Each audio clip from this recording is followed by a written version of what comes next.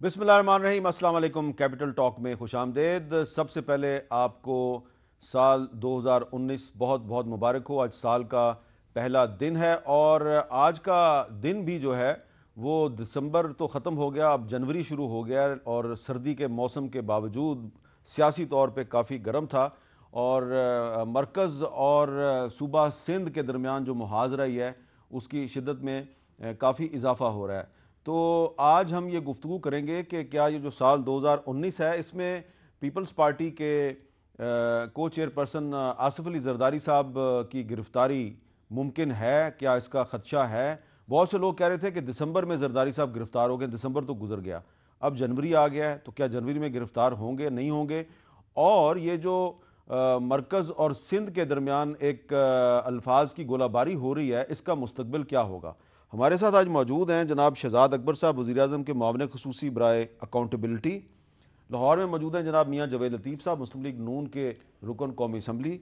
और कराची में मौजूद हैं मुर्तज़ा वहाब साहब जो कि चीफ मिनिस्टर सिंध के मशीर इत्तलात हैं। शहजाद अकबर साहब, आप क्योंकि वकील हैं, मैं आपसे भी एक लीगल बात ही करूँगा, लेकिन एक सियासी बात है। आपको आसिफ अली जरदारी साहब लगता है कि जनवरी 2019 में गिरफ्तार हो जाएंगे? देखिए मीर साहब, ये कहना तो हुकूमत के इख्तियार में मैं नहीं समझता इस तरह से है कि वो गिरफ़्तार हो जाएंगे जनवरी में या फरवरी में। लेकिन जो केस इट्सल्फ है वो बड़ा सीरियस है, उसको लाइटली नहीं लेना चाहिए। जेआईटी की जो रिपोर्ट है 130-31 सफ़ों की, उसके अंदर बड़े सीरियस एलिगेशंस हैं और जो उनकी रिकमेंडेशन है नैब के रेफरेंसेस फाइल करने की, अगर सुप्रीम कोर्ट उससे एग्री करती है तो फिर ये जुरिस्डिक्शन बन जाएगी अच्छा, कोई चेयरमैन मुझे नैब की। इस जो जेआईटी की रिपोर्ट है इसमें से कोई एक ऐसा नुक्ता बताएं कि जिसका आप समझते हैं कि पीपल्स पार्टी को जवाब देना चाहिए और उसने अभी तक जवाब नहीं दिया। देखिए, मैं इसको कानूनी लिहाज से बात करता हूँ। ये कोई जेआईटी की रिपोर्ट किसी पार्टी के ख़िलाफ़ नहीं है। इसके अंदर अशख़ास हैं जिनका जिक्र किया गया है और उसमें आसिफ अली जरदारी साहब की अगर आप ज़ात की बात करें तो इसमें 3-4 चीज़ें बड़ी ही सीरियस, और उसका मुझे जो पूरा डॉक्यूमेंट्री ट्रेल नज़र आ रहा है वो बड़ा सीरियस है और उसका जवाब इनको देना पड़ेगा बहरहाल, चाहे वो सियासी तौर पे दें या अदालत में कोई दें। एक नुक्ता बताएं। देखिए, मैं आपको 2 नुक्ते बता देता हूँ। एक नुक्ता है जो जेवी है, जॉइंट वेंचर है पार्थेनॉन और पार्क लेन का, जिसमें 17 लाख की ज़मीन को रातों रात कमर्शलाइज़ करके अरबों की उसकी वैल्यू डिक्लेयर कर दी जाती है और फिर 3.4 अरब का लोन लिया जाता है और उस लोन का 1.5 अरब फौरी तौर पे पार्क लेन को दे दिया जाता है, जिसके अंदर शेयर होल्डर जरदारी साहब हैं और बिलावल उसके डायरेक्टर थे उस वक्त। और उस लोन से फिर जायदाद खरीदी जाती है। ये सीरियस मिस उस अप्रोप्रिएशन ऑफ वक्त लोन। बिलावल साहब पब्लिक ऑफिस होल्डर थे? नहीं, उस वक्त नहीं थे, ये जिस वक्त हुआ था।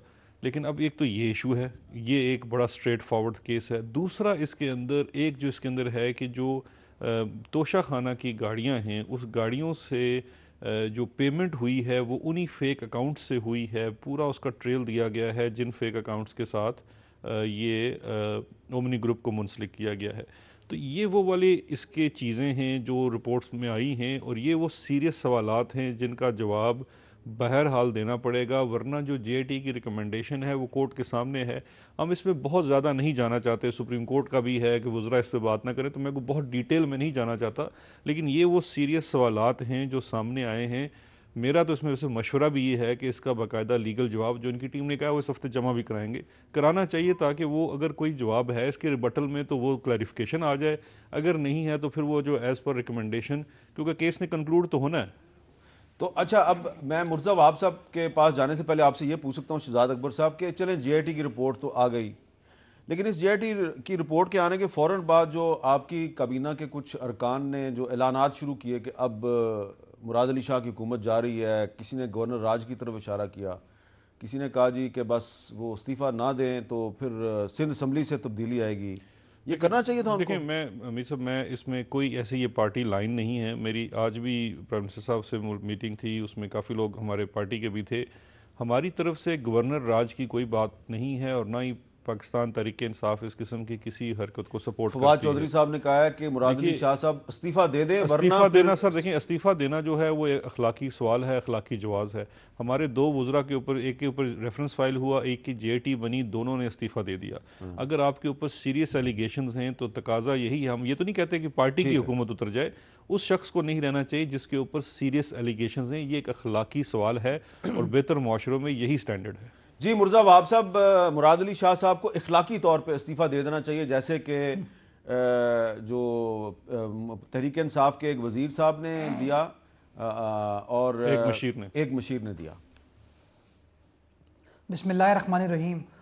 मीर साहब, पहले मैं थोड़ा शहजाद साहब ने जो थोड़ी सी तस्हीह कर दूं जो उन्होंने गलत बयानी की। इन्होंने कहा कि बिलावल भुट्टो साहब पाक लेन के डायरेक्टर थे, तो मैं रिकॉर्ड की दुरुस्तगी के लिए कह दूं कि बिलावल साहब जो हैं पाक लेन के कभी भी डायरेक्टर नहीं थे, और अगर डॉक्यूमेंट्स को इन्होंने गौर से पढ़ा होता तो शायद इनकी लाइल्मी भी आया हो जाती। दूसरी बात इन्होंने की कि जी अग्रीमेंट हुआ बिटवीन पार्थेनॉन एंड पाक लेन। अगेन, ना बिलावल साहब उस कंपनी के डायरेक्टर थे, ना आसिफ अली जरदारी साहब उन कंपनीज के डायरेक्टर्स थे। शहजाद अकबर साहब खुद वकील हैं, कानून को समझते हैं। कंपनी को शेयर होल्डर नहीं चलाते, कंपनी को उसके डायरेक्टर चलाते हैं। कंपनी का बोर्ड ऑफ डायरेक्टर्स है जो कंपनी को चलाता है। तो मैं समझता हूं कि इस तरह की क्रिमिनलिटी को एट्रीब्यूट करना जस्ट ऑन दी अजम्पशन कि कोई शख्स उस कंपनी का शेयर होल्डर था। मुर्जा साहब, मुझे जरा आपकी बात सुन के बड़ी हैरानगी हुई है, क्योंकि मैं तो मुसलसल यही सुनता आ रहा हूं कि पार्क लेन जो है उसके पहले जरदारी साहब सरबराह थे, फिर जब वो प्रेसिडेंट ऑफ पाकिस्तान बन गए तो फिर उनको बिलावल साहब के सुपुर्द कर दिया। तो आप कह रहे हैं ऐसी बात नहीं है? अगर आप जीआईटी की रिपोर्ट को भी गौर से पढ़ेंगे तो जीआईटी रिपोर्ट में भी कहीं नहीं लिखा हुआ कि वो दोनों हजरात, चाहे वो जरदारी साहब हों या बिलावल साहब हों, वो पाक लेन कंपनी के डायरेक्टर्स हैं। दोनों का जिक्र है शेयर होल्डर आता है, और मैं समझता हूँ यही वो मिसकंसेप्शन है जिसके बेसिस के ऊपर पीटीआई के लीडरान बार बार आके बात करते हैं और एक नेगेटिविटी क्रिएट करने की कोशिश करते हैं। अगर आप कहेंगे तो मैं आपको जीआईटी रिपोर्ट का एग्जैक्ट सफ़ा नंबर भी बता दूंगा जिसके ऊपर लिखा हुआ है कि वो शेयर होल्डर्स हैं, नॉट डायरेक्टर्स। अच्छा। जहाँ तक इखलाकी जवाज़ की बात की शहजाद अकबर साहब ने, मैं समझता हूँ अगर इखलाकी तौर पर इंक्वायरी की फाइंडिंग्स के ऊपर या इंक्वायरी की स्टार्ट होने के बेसिस के ऊपर किसी इलेक्टेड कॉन्स्टिट्यूशनल चीफ एग्जीक्यूटिव को इस्तीफा देना चाहिए, तो मैं समझता हूँ वज़ीर आज़म साहब भी नैब का रेफरेंस जो इंक्वायरी हो रही है हेलीकॉप्टर रेफरेंस की, उसके अंदर वो इंक्वायरी फेस कर रहे हैं। वज़ीर आला केपी के महमूद खान साहब भी नैब की इंक्वायरी फेस कर रहे हैं। वज़ीर दिफा साहब भी इंक्वायरी फेस कर रहे हैं। पंजाब के सीनियर वज़ीर अलीम खान साहब भी इंक्वायरी फेस कर रहे हैं। तो अगर इनका मयार ये है कि इंक्वायरी के बेसिस के ऊपर किसी भी duly elected constitutional chief executive को इस्तीफा देना चाहिए, तो मैं समझता हूँ ये इखलाकी जुर्रत इनके अंदर होनी चाहिए कि पहले वो स्टार्ट अपने घर से करें। एक बार अगर वो अपने घर पे अमल दरामद कर लेते हैं तो उसके बाद वो दूसरी सियासी जमातों से अगर गुजारिश करेंगे तो मैं समझता हूँ ज़्यादा इखलाकी जुर्रत इनके अंदर होगी। चलें, ठीक है। जावेद लतीफ़ साहब, कल बिलावल साहब ने कहा है कि अगर जरदारी साहब पीपल्स पार्टी को इशारा करें तो पीपल्स पार्टी सिर्फ एक हफ्ते में मरकज़ में इमरान खान साहब की हुकूमत गिरा सकती है। और जाहिर बात है बिलावल साहब मुस्लिम लीग नून की मदद के बगैर तो हुकूमत नहीं गिरा सकते। तो सवाल मेरा आपसे ये है कि क्या मुस्लिम लीग नून जो है वो जरदारी साहब के एक इशारे पर तहरीक इंसाफ की हुकूमत गिराने के काम में उनकी मदद करेगी? देखें अहमद मीर साहब, पहली बात तो ये है कि अगर उस वक्त इस तरह की गुफ्तगू की जाती या इतना संजीदा होती अपोजिशन तो ये हुकूमत बनती ना। दूसरी बात मैं पहले ये अर्ज़ करना चाहता हूँ कि जेआईटी का आपने एक जिक्र किया है, तो वकील हैं मेरे भाई शहजाद अकबर साहब, मेरी इनकी खिदमत में यह गुजारिश होगी कि एक दिन जेआईटी रिपोर्ट पर तो छलांगे पीटीआई के लोगों ने लगाई, मगर दूसरे दिन जब अदालत उज़्मा का उस बारे में वजाहत आई या तशरीह हुई तो कहा कि ये कोई आसमानी सहीफ़ा नहीं है, तो उस दिन झाग की तरह बैठ गए। मैं ये अर्ज़ करूँगा कि अगर जेआईटी रिपोर्ट पर ही ये बातें होनी थी तो बदकिस्मती ये है कि और लोगों के लिए तो जेआईटी बनी ना। अब आ जाएं, जेआईटी का हमारे मतलब जो कुछ था वो तो बेस ही सारा केस जेआईटी रिपोर्ट पर हो रहा है, उसी पर सज़ाएँ हो रही हैं, उसी पर हम बरी हो रहे हैं। मगर अगर आप ये कहें कि ये तो अदालत उज़्मा ने बनाई थी, तो अहमद मीर साहब मेरी ये गुजारिश होगी उसी जेआईटी रिपोर्ट पर एक जुडिशल कमीशन भी बना था धांधली के हवाले से। और आपके प्रोग्राम मई 2018 में इमरान साहब ने ये कहा था, इमरान खान साहब ने, कि जनाब एक अदारे का नाम लेकर कि उन्होंने ठप्पे लगाए 2013 के इंतखाबात में। तो जब जुडिशल कमीशन की रिपोर्ट आ गई, उसका फैसला आ गया, तो मेरा ख्याल है उसके बाद फिर अदम एतमाद उस कमीशन रिपोर्ट पर नहीं किया जाना चाहिए था जो आज हमें भाषण दिया जा रहा है। और अगर आज हम ये बात करते हैं कि 2018 के जो इंतखाबात हैं उस पर सवालिया निशान है, उस पर हम ये कहते हैं कि पोलिंग एजेंट को बाहर निकाल कर ठप्पे लगाए गए या कुछ कहा किया गया, तो आज के बारे में इमरान खान साहब बता दें कि आज ठप्पे किसने लगाए हैं। उस वक्त का उनको पता है, 2013 का, 2008 का, 2002 के इंतखाबात का उनको इल्म है कि किस अदारे के लोगों ने ठप्पे लगाए, तो आज का भी बता दिया जाए। मगर मैं कहना ये चाहता हूँ कि अभी आपने एक फरमाया कि इस तरह साबका हुकूमतों में होता रहा, तो आज का भी हाल देख लें कि मुझे ये बताएं कि रज़ाक दाऊद और तैमूर दाऊद उसका बेटा, और उसके बाद मैं बताऊंगा जहांगीर तरीन और उनके बेटे अली तरीन। अब एक ठेका हुआ है वो अपना डैम का, याद कर लें, फिर ब्रेक के बाद आ जाएंगे। मेमन डैम का नहीं मैं Memon dam, sorry, Memon dam का 309 अरब का। हाँ। अब उसमें ये देखें, रज़ाक दाऊद के जो कंपनी है उसके पहले वो खुद चेयरमैन थे, उसके बाद उन्होंने रिजाइन किया और उसके अब चेयरमैन तैमूर दाऊद साहब हैं। उन्होंने वो ठेका लिया 309 अरब का। मुझे ये बताएं कि ये जो उनके सहूलतकार हैं, जो उन पर खर्चा करते रहे इमरान खान साहब पर और पैसा खर्च करते रहे पिछले 10 साल, आज अगर वो कमा रहे हैं तो किस बेस पर? क्या ये करप्शन नहीं है? ठीक है, ये सवाल आपका ठीक है, इस्तेमाल नहीं, सवाल हो गया आपका। अच्छा शहजाद अकबर साहब, ये जो मुर्तज़ा वहाब साहब ने बात की है उसकी आपको वजाहत करेंगे कि जरदारी साहब और बिलावल जो हैं वो पार्क लेन में शेयर होल्डर हैं, वो उसके सरबराह नहीं हैं। बिल्कुल, मैं देखें उसमें देखें दो चीज़ें हैं। अगर ये जिसका कर रहे हैं, एक तो उसके नेक्सट देख लें, वहाँ पे सिग्नेचर्स भी हैं बिलावल साहब के।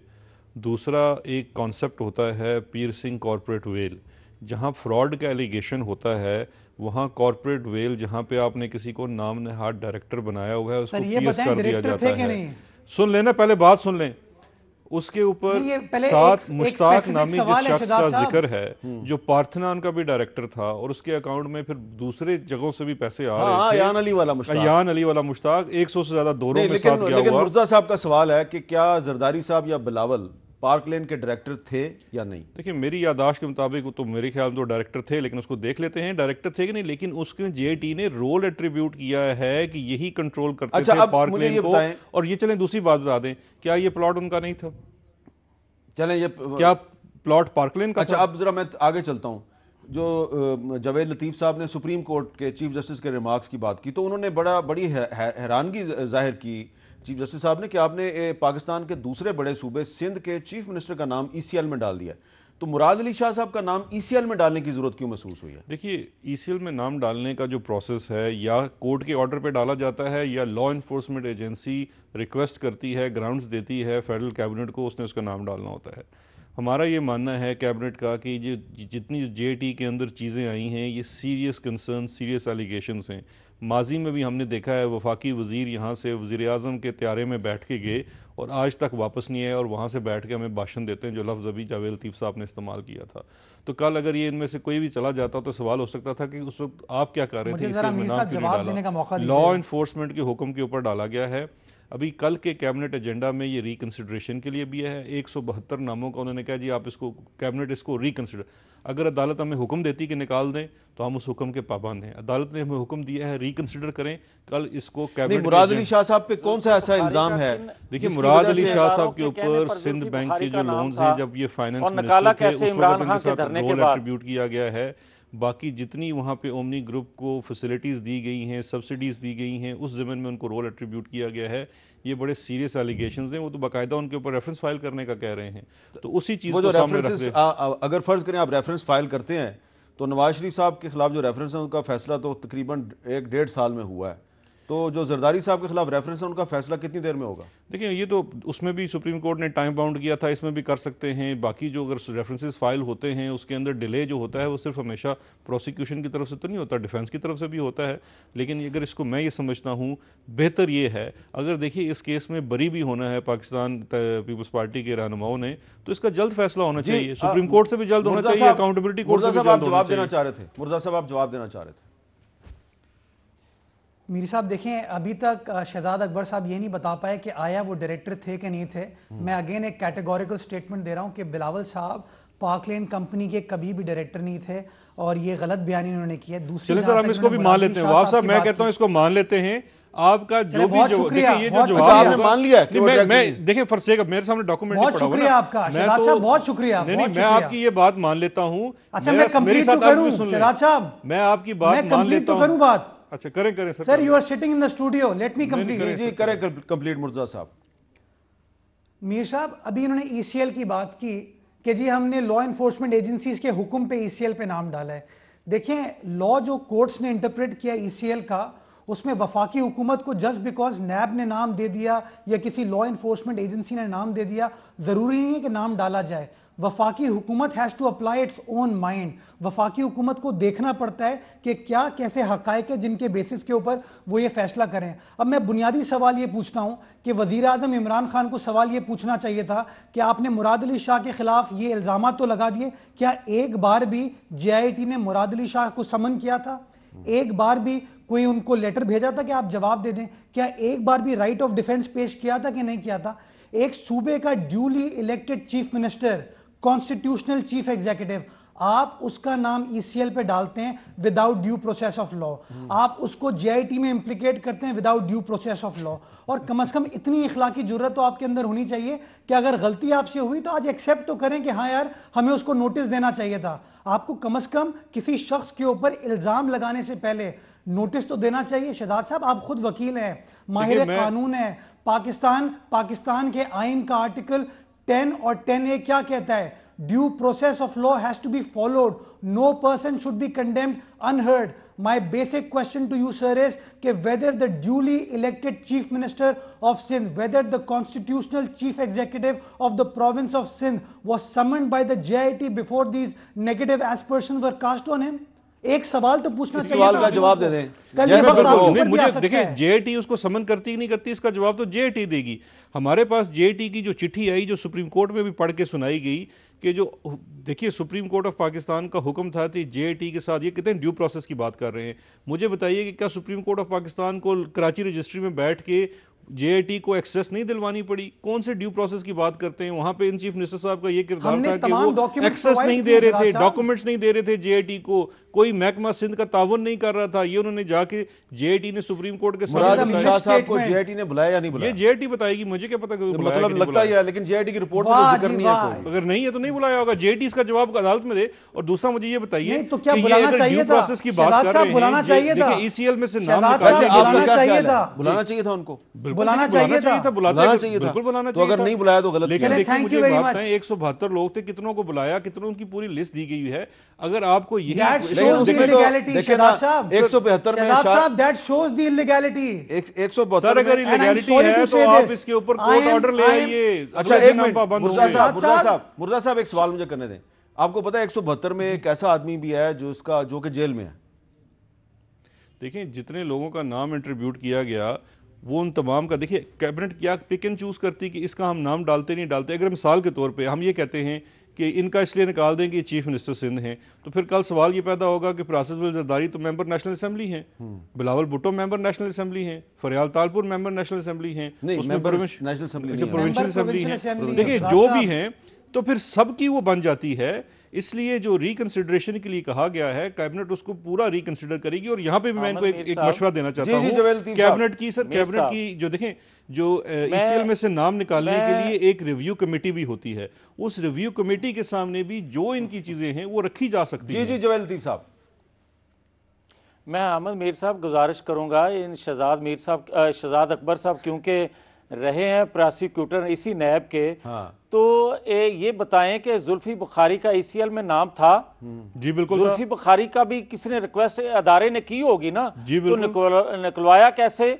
धरना देकर? नहीं, अदालत के हुक्म पे। ये प्रोसिक्यूटर जावेद लतीफ साहब, जुल्फी बुखारी का नाम अदालत के हुक्म पे, जजमेंट आई इस्लामाबाद हाई कोर्ट के, फिर नाम निकाला। ना यार, इस पर भी गलत बयानी ना करें यार। जब एयरपोर्ट पर धरना दिया था आज के प्राइम मिनिस्टर ने जाने के लिए, तो जुल्फी बुखारी को साथ लेकर जाना चाहते थे। 3 घंटे बाद उसका नाम निकाला गया और उसको साथ वो लेकर गए। अब आज दूसरी मैं ये अर्ज करूंगा कि आप, क्योंकि भाई आपकी हुकूमत बनने वाली थी इलेक्शन से पहले, ये मान के बनने वाली थी। ये तो वो वाली बात हो गई। इलेक्शन के बाद की बात कर रहा हूं सर। ये देखें, अभी इतना अच्छा बोल रहे हैं चौधरी निसार अली की, आप इंटरव्यू चला दें। 2016 में वो बता रहे हैं कि बिलावल साहब और यान अली एक ही टिकट, एक ही अकाउंट से टिकट देके जा रही हैं। अब सब अच्छा हो गया है। चले उनको बात करें, जवेद लतीफ साहब अपनी बात मुकम्मल करें आप। मैं शहजाद साहब, मैं ये कहता हूं कि आप क्योंकि फाउंडर थे इन नैब के काले कवानीन बनाने में, तो नहीं, मैं नहीं सर, 1997 में मैं बात काटूंगा। 1997 में नवाज शरीफ साहब ने एहतसाब ब्यूरो एक्ट बनाया था, ये रेप्लिका है उसका। ना भाई, और भाई अपनी बारी पे बात कर लें, कुछ सलीका सीख लें, कोई आदाब सीख लें, बस करें यार, मेरी भी तो बात सुन लें। मैंने आपकी बात बड़ी गलत बयानी भी है, बड़े हौसले से सुनी है। गलत बयानी आप कर रहे थे। 97 का कानून है, 99 का नहीं है। हाँ, मेरी बात तो सुन लेना। नैब ऑर्डिनेंस 99 का है भाई। सर एहतसाब देखें, आप आज एक दूसरे को डिफेंड कर रहे हैं। ये एहतसाब एक्ट का रेप्लिका है। यार ये नैब कवानीन के फाउंडर आप हैं शहजाद अकबर साहब।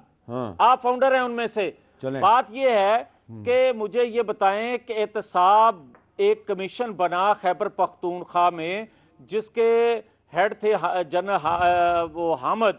मुझे ये बताएं कि आप बतौर प्रोसिक्यूटर नैब, आपको नजर ना आया कि खैबर पख्तूनख्वा में जितने लोगों का करप्शन के हवाले से इल्जामात हैं, उनमें से किसी एक को भी इन्वेस्टिगेट किया जाए? मुझे ये बताएं कि आज तक आप आज मामले खुसूसी हैं प्राइम मिनिस्टर के, मुझे ये बताएं कि आप दूसरों को अखलाकी सबक दे रहे हैं, तो क्या अखलाकियात आपके अंदर नहीं है कि इमरान खान से लेकर अलीमा खान तक और अलीमा खान से लेकर आपके वुज़रा तक और 70% आपकी कैबिनेट जो है वो इन्हीं इल्जामात की जद में है? क्या वो सारी रिजाइन कर जाएगी? आप दूसरों को तो कहते हैं, मगर अपने अंदर भी झांक कर देखें कि क्या आपने सवाल कर दिया, उसका वो जवाब देते हैं। आपने सवाल कर दिया, उसका वो जवाब देते हैं। लेकिन मैंने एक मजबूरी की बना पर वक्फा लेना है, वक्फा लेता हूं, वक्फे के बाद दोबारा मिलते हैं।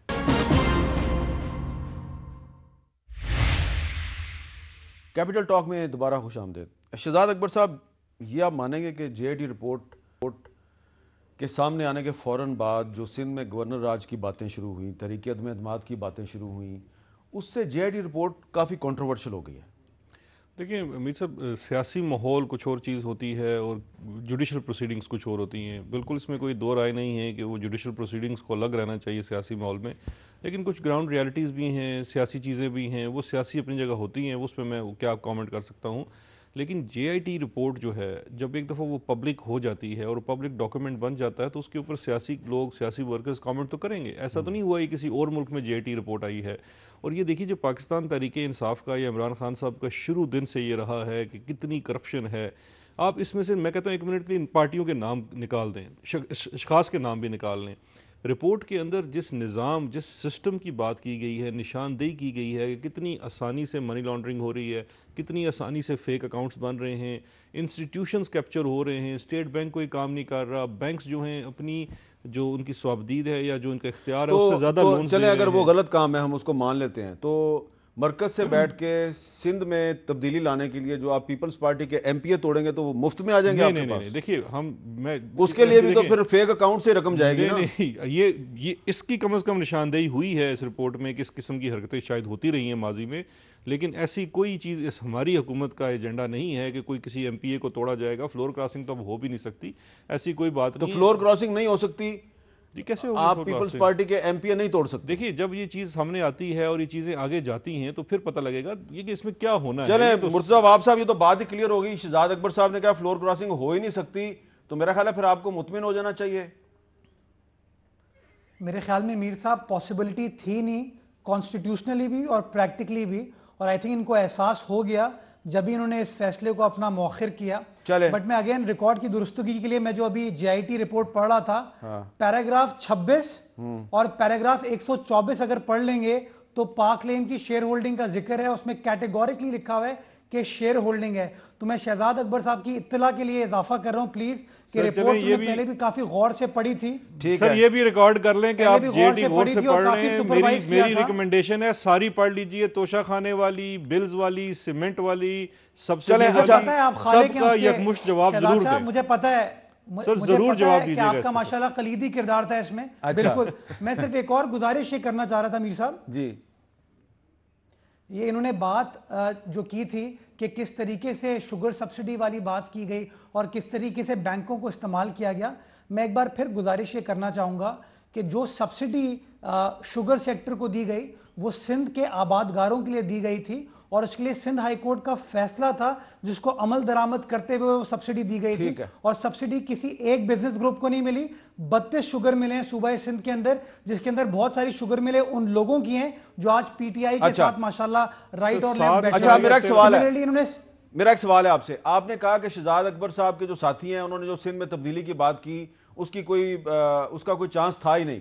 तो ये जो आप बिलावल साहब कह रहे हैं कि जरदारी साहब इशारा करें तो एक हफ्ते में आप हुकूमत गिरा देंगे मरकज में, तो आपको लगता है कि ये पॉसिबल है? जबकि अभी आपके एक साथी सेनेटर मुस्तफा नवाज खोखर साहब ने कहा कि हम सेनेट में तहरीक अदम एतमाद लाएंगे चेयरमैन के खिलाफ, और साथ ही उनके एक सीनियर रहमान मलिक साहब ने आज उसकी तरदीद कर दिया कि नहीं, वो जिसने ये बात किया ये उसका जाती बयान है। तो ये न सिर्फ ये कि पीपल्स पार्टी के लीडर्स का आपस में बयान नहीं मिलता, बल्कि अभी तक मुस्लिम लीग नून की तरफ से भी कोई ऐसी बात सामने नहीं आई जिससे लगे कि जनाब जरदारी साहब के एक इशारे पे मरकज में मुस्लिम लीग नून जो है वो इमरान खान के खिलाफ तहरीक अदम एतमाद में आपका साथ देगी। मीर साहब, politics is the art of possibilities, और माजी में पाकिस्तान पीपल्स पार्टी ने यह साबित किया है कि वो हर चीज़ पॉसिबल हो सकती है। किसने सोचा था कि कंसेंसस के साथ, यूनानिमिटी के साथ 18वीं आईनी तरमीम आएगी और तमाम पावर्स को पार्लियामान को सरेंडर कर दिया जाएगा? किसने सोचा था? लेकिन ये आसिफ अली जरदारी साहब ने, पाकिस्तान पीपल्स पार्टी की लीडरशिप ने इस चीज़ को मैनेज किया। अब मैं बताता हूँ difference between Sindh and federation. देखिए, सिंध के अंदर कोई कोलिशन गवर्नमेंट नहीं है, सिंध के अंदर हमारे अपने 99 MPs हैं। तो अगर इनको हमारी गवर्नमेंट को गिराना पड़ता तो इनको फ्लोर क्रॉसिंग करवानी पड़ती हमारे MPA से, जो कि शहजाद साहब ने बिल्कुल सही कहा कि 18वीं तरमीम के बाद वो चीज़ हो नहीं सकती। लेकिन फेडरेशन में ये बात सही नहीं है। फेडरेशन में PTI की अकेले हुकूमत नहीं है, it is a coalition government. इसमें PTI भी है, ताफ लीग भी है, मुत्तहदा कौमी मूवमेंट भी है, मैंगल साहब भी हैं और कुछ आज़ाद अराकीन भी हैं। तो मैं समझता हूँ कि कोलिशन गवर्नमेंट के अंदर इन चीज़ों को वो आईनी रिस्ट्रिक्शन नहीं आती। They were not elected on the ticket of PTI। तो मैं समझता हूँ ये बिल्कुल पॉसिबिलिटी ऑपोजिशन जमातों के पास है कि 3-4 MNAs को इधर उधर करना है, जिसके बाद खान साहब की मेजॉरिटी जो है। चलें, ये सवाल मैं जवेल लतीफ साहब आपसे पूछता हूँ कि ये 3-4 MNAs को इधर उधर करने की बात है, तो 4 MNA तो हैं जी अख्तर मैंगल साहब के। तो ये पॉसिबल है कि मुस्लिम लीग नून जो सबसे बड़ी अपोजिशन पार्टी है और पीपल्स पार्टी दूसरी बड़ी अपोजिशन पार्टी है और उसके बाद फिर MMA तीसरी बड़ी अपोजिशन पार्टी है, तो ये 3 पार्टियां अपना उम्मीदवार ना लाएं बल्कि किसी छोटी पार्टी का उम्मीदवार लाके कंसेंसस कर लें? क्या पॉसिबिलिटी है? देखें अहमद मीर साहब, बात यह है कि मौजूदा जो हुकूमत है और जिस तरह ये बनाई गई या जितने भी ये लोग इकट्ठे किए गए, इनसे तो हुकूमत चल नहीं रही। अगर हम ये तजर्बा करेंगे तो वो किसी तौर पर भी पार्लियामान के लिए बेहतर नहीं होगा, पाकिस्तान के लिए बेहतर नहीं होगा। मगर मैं यहाँ ये ज़रूर अर्ज़ करता जाऊँ कि देखें, माजी में अगर बलूचिस्तान वाला तजर्बा ना किया जाता, सेनेट में ना तजर्बा किया जाता, तो आज किसी को हिम्मत ना होती सिंध के बात करने की। तो आप ये कह रहे हैं कि माजी में सिर्फ 1 साल पहले पीपल्स पार्टी ने बलूचिस्तान में जो आपकी पार्टी की हुकूमत गिराने में किरदार अदा किया, तो पीपल्स पार्टी ने गलत किया? मैं बिल्कुल ये कहूँगा, लेकिन मैं यहाँ ये भी अर्ज़ करूँगा कि पंजाब के मैंडेट को माजी करीब में तस्लीम ना किया गया, चुराया गया। इसी तरह आज सिंध के मैंडेट को कुछ चुराएगा तो वो भी गलत करेगा। और इससे जो वफाक की बात कर रहे थे वहाब साहब, ये बात दुरुस्त कर रहे हैं। तो फिर मरकज में भी जो चुराएगा, मरकज में भी जो अक्सरीती पार्टी का मैंडेट चुराएगा वो गलत करेगा। बात सही है हामिद मीर साहब, ये बात आप सही कह रहे हैं, मगर मैं यहाँ ये अर्ज करने की कोशिश कर रहा हूँ। लेकिन मैं ये अर्ज करता हूं कि ये खुद से कर रहे हैं, इनको खुद जल्दी है, इनसे ये चलते सिलसिला नजर नहीं आ रहा, इनका कोई विजन नहीं है, इनकी कोई पॉलिसी नहीं। इनकी पॉलिसी सिर्फ एक है, वो ये है कि इंतकाम का निशाना करप्शन के नाम पर, एहतसाब के नाम पर किसको बनाना है और पैसा बाहर से लेकर किस तरह आना है। निशाना बना रही हैं, हम कर रहे पर भी हैं। एचएमई तो पहले हुआ, एवन फील्ड। अच्छा, मेरा ख्याल मेरी गुजारिश है कि आप बारी बारी अगर बोल लें तो इससे नाजरीन को भी बड़ा फायदा होगा, मुझे भी बड़ा फायदा हो जाएगा। तो मैं एक ब्रेक ले लेता हूँ, ब्रेक के बाद दोबारा मिलेंगे।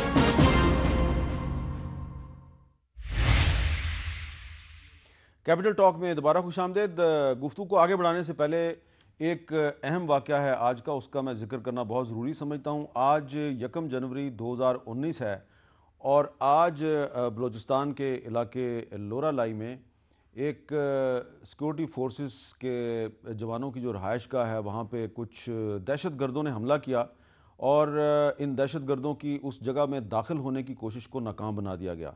जो दुश्मन है वो पाकिस्तानी कौम का हौसला तोड़ने की मुसलसल कोशिशों में मौजूद है और आज उन्होंने 1 जनवरी के दिन का इंतखाब इसीलिए किया, लेकिन जो हमारी सिक्योरिटी फोर्सेस के जवान हैं उन्होंने मुंह तोड़ जवाब दिया। उनका अपना भी जानी नुकसान हुआ, लेकिन दुश्मन की साजिश को नाकाम बना दिया गया। तो हम पाकिस्तान में जमहूरियत है, एक दूसरे के साथ रोज़ाना तमाम दिन हम इख्तलाफ राय करते रहते हैं, लेकिन ये जो हमारे जवान अपनी धरती के तहफ़्फ़ुज़ के लिए जानें कुर्बान करते हैं, कभी कभी इनको भी खराज तहसीन पेश कर देना चाहिए और इनका भी जिक्र करना चाहिए। जावेद लतीफ़ साहब, आप बात कर रहे थे, आपकी बात के दौरान मैंने वक्फ़ा ले लिया। मैं आपसे ये पूछना चाहूँगा कि क्या अब हम ये कहने में हक़ जानिब हैं कि ना तो तहरीक इंसाफ सिंध में तब्दीली लाने की पोजीशन में है और ना ही पीपल्स पार्टी फ़िलहाल मरकज़ में तब्दीली लाने की पोजीशन में है? देखें हामिद मीर साहब, आपसे ज़्यादा कौन जानता है पार्लिमानी निज़ाम में पाकिस्तान की बेहतरी है, कौम की बेहतरी है, रियासत की बेहतरी है, या एक हंग पार्लियामेंट से। हंग पार्लियामेंट का तस्वर जो देते थे उनकी ख्वाहिश के मुताबिक हंग पार्लियामेंट बन तो गई, मगर इससे ना आवाम को फ़ायदा पहुंचा ना रियासत को फ़ायदा पहुंचा, बल्कि उल्टा इन्होंने ख़ुद को तो हुकूमत तो फंसी हुई है मगर अदारों को भी और रियासत को फंसा रहे हैं।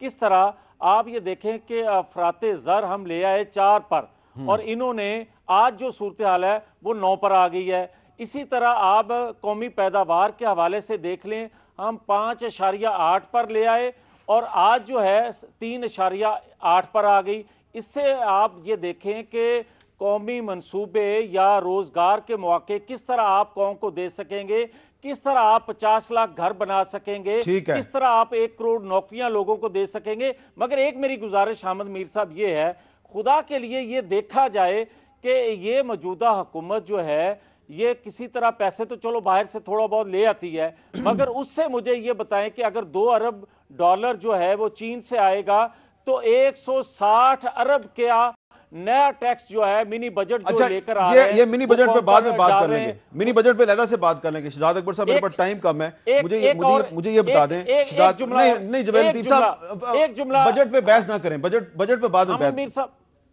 जल्दी से नहीं बजट पर मैं बात नहीं करता। एक मुझे ये कहने की इजाजत दे दें कि खुदा के लिए पाकिस्तान की दाखिला खारजा पॉलिसी, माशी पॉलिसी इनके बस का रोग नहीं है। जिस तरह तबाही आने वाले दिनों में हम देख रहे हैं और जो पैसा जिन शराइत पर लेकर आ रहे हैं, आपके हमसाया मुसलमान, चलो ठीक है, बस होगी बात आपकी, होगी बात आगे बढ़ अच्छा, मेरे पास टाइम नहीं है। मुझे ये बताएं कि मैं 2019 का जो है मंजर जो है उसको समझने की कोशिश कर रहा हूं। तो मैंने आपसे शुरू में पूछा था कि जरदारी साहब गिरफ्तार होंगे, आपने कोई वादे जवाब नहीं दिया। अब आप ये बताएं कि 2019 में नवाज शरीफ साहब रहा हो जाएंगे, क्योंकि आज अपील दायर कर दी गई है अल-अज़ीज़िया रेफरेंस में। देखिए मीर साहब, जो एचएमई केस का जो फैसला आया है, अगर आप उसको तफसील से देखें तो उसके अंदर तो बड़ा वाज़े कर दिया गया है, डॉक्यूमेंट्री एविडेंस का केस है। ये भी इस्टेब्लिशमेंट कर दिया गया है कि जब एसेट लगाया गया, ना वालिद साहब के और ना बच्चों के एसेट्स थे कि ये फैक्ट्री लगाई जा सकती, उसके लिए कोई एक्सप्लेनेशन नहीं दी कि कैसे फैक्ट्री लगाई, जबकि उसकी प्रॉफिट का 88% हिस्सा डायरेक्टली इनके अकाउंट में और 10% हिस्सा मुलाजमों के अकाउंट में आया। तो ये तो बड़ा ओपन एंड शर्ट केस है, इसमें मुझे रिलीफ मिलती हुई नजर नहीं आती। बहरहाल इन्होंने अपील फाइल की है, देखते हैं उसमें क्या होता है। अच्छा, अब आखिर में मुझे मुर्जा वहाब साहब ये बताएं कि जावेद लतीफ साहब की जो गुफ्तगू है उससे आपको अब ये अंदाजा तो हो गया होगा कि जो पीपल्स पार्टी दावा कर रही है कि जरदारी साहब इशारा करें तो हम मरकज में 1 हफ्ते में हुकूमत बदल देंगे, तो फिलहाल मुस्लिम लीग नून जो है वो उसके साथ लगता ही है कि आपका भी मशवरा नहीं हुआ और वो आंखें बंद करके आपके साथ चलने के लिए तैयार नहीं है। नहीं, इंशाल्लाह आंखें बंद करके चलने का हम किसी को नहीं कह रहे। हम सब कह रहे हैं कि आंखें खोल के और दिमाग को खोल के चीज़ों को पढ़ लिख के फैसला करेंगे हम इंशाल्लाह। जो पार्लियामेंट्री नॉर्म्स हैं, जो डेमोक्रेटिक नॉर्म्स हैं, जो आईने पाकिस्तान जिस चीज़ की इजाज़त देता है, इंशाल्लाह हम उसको फॉलो करेंगे और भरपूर तरीके से ऑपोजिशन का किरदार अदा करेंगे। अगर पाकिस्तान पीपल्स पार्टी वो जो मैजिकल नंबर है 172 लोगों का वो मीट कर पाई तो वोट ऑफ नो कॉन्फिडेंस हमारा बिल्कुल ऑप्शन हो सकता है और वो हम लाएंगे। नहीं, लेकिन आपको लगता नहीं है कि अगर आपने ऐसा कोई इनिशिएटिव लिया तो उससे पहले आपको मुस्लिम लीग नून को इखलाकी तौर पे ये जवाब देना चाहिए कि जो वो सवाल बार बार करते हैं कि पीपल्स पार्टी पहले ये बताया कि उसने पिछले साल बलूचिस्तान में उसकी हुकूमत किसके कहने पे गिराई। ये सवाल का जवाब तो आपको देना चाहिए। मीर साहब, ये सवाल जवाब तो नून लीग और पीपल्स पार्टी का होगा इंशाल्लाह। 2008-9 में भी हमने सवाल जवाब करके बहुत सारे अहम पेशरफ डेमोक्रेसी के लिए की थी और आपने देखा कि पार्लिमानी हिस्ट्री में इतनी लैंडमार्क लेजिस्लेशन नहीं हो पाई थी। तो मैं समझता हूँ आपस में कॉरेस्पॉन्डेंस कर लेंगे, गपशप करके जो कौम के बेहतर मफाद में फैसला होगा इस नाकाम हुकूमत को ख़त्म करने के लिए इंशाल्लाह वो करके देंगे हम। तो ये हुकूमत तो खतरे में है जनाब, जिसके आप चलें इनकी जो अपनी कोशिशें कर लें। मैं तो समझता हूँ कि हुकूमत तो ये गिराते रहेंगे, इनका रोज़ का काम है, इनके पास फेक अकाउंट्स भी हैं। तवज्जो दें, जो केस आ रहा है उसका सामना करें, उसमें जवाब दें, उस पर पहले देख लीजिए। बाकी ये हुकूमतें गिराने के लिए तो देखें पैसे की रेल पे है, अगर ये करना चाहते हैं तो जो मर्जी कर लें। बहुत बहुत शुक्रिया शहजाद अकबर साहब, जवेद लतीफ़ साहब, मुर्तज़ा वहाब साहब। और ये सारी जो गुफ्तगू है इसमें दो बड़े अहम, पहला नुकता यह है कि शहजाद अकबर साहब ने कहा है कि पाकिस्तान का आइन और कानून जो है वो ये कहता है कि आप फ्लोर क्रॉसिंग नहीं कर सकते। तो अगर फ्लोर क्रॉसिंग नहीं कर सकते तो फिर इसका मतलब है कि सिंध में जो तहरीक इंसाफ के कुछ रहनुमा तब्दीली की बात कर रहे हैं तो उनको ये तब्दीली की बात नहीं करनी चाहिए, क्योंकि फ्लोर क्रॉसिंग के बगैर आप सिंध में तब्दीली नहीं ला सकते। और दूसरी बात यह है जो जवेद लतीफ़ साहब ने कही कि जहाँ जहाँ पे जिस को मेजॉरिटी मिली हुई है उसकी मेजॉरिटी का एहतराम करना चाहिए। और आखिरी बात जो है वो मैं ये करना चाहता हूँ कि आज 1 जनवरी है, 2019 है। 1 जनवरी को पाकिस्तान के दुश्मनों ने लोरालाई में पाकिस्तानी कौम को एक पैगाम देने की कोशिश किया है, लेकिन जो पैगाम लेके आए थे उनको जो जवाब दिया गया है वो जवाब जो सरहद पार बैठे हुए लोग हैं उनको अंडरस्टैंड करना चाहिए कि आप जब जब इस किस्म का पैगाम देने की कोशिश करेंगे आपको ऐसा ही जवाब मिलेगा। इजाज़त दीजिए, अल्लाह हाफ़िज़।